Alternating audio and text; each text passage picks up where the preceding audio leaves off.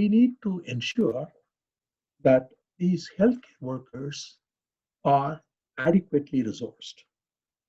This means the equipment that they need, the time that they need, the transportation that they need, the social support that they need. And if they themselves become unwell, they need to have access to healthcare for themselves quickly, immediately, and efficaciously.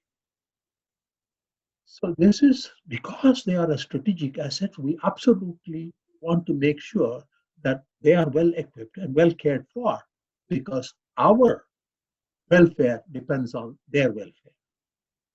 Talking about um, equipping them individually, we also have to provide infrastructure at the collective level, at the societal level, to ensure that the support that they get is is um, is well anchored. It is enshrined in the system so that there are no perturbations or variations in the kind of support that they can expect from society in order for them to give back to society. We need to manage their stress and prevent them from burning out. You use the term both stress and burnout.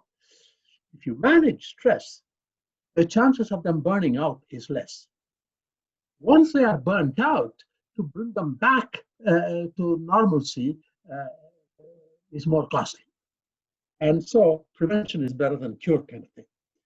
We need to make sure that their work environment is supportive. Conflicts are minimal. Ambiguity is minimal. Things are clearly explained to them. They know what the expectations are and how to meet them. And do not overload them. So I'm talking about role conflict, role ambiguity, role overload. We need to minimize them. And we also want to make sure that they are well resourced. They have the physical resources, the psychological resources, the sociological resources, and economic resources.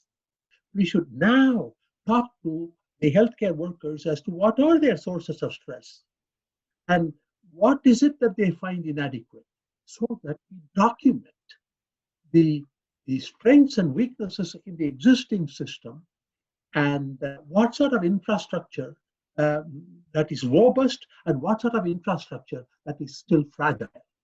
And we need to deal with the fragility, strengthen the strength to make sure that our infrastructure for the second wave is more robust than the first wave.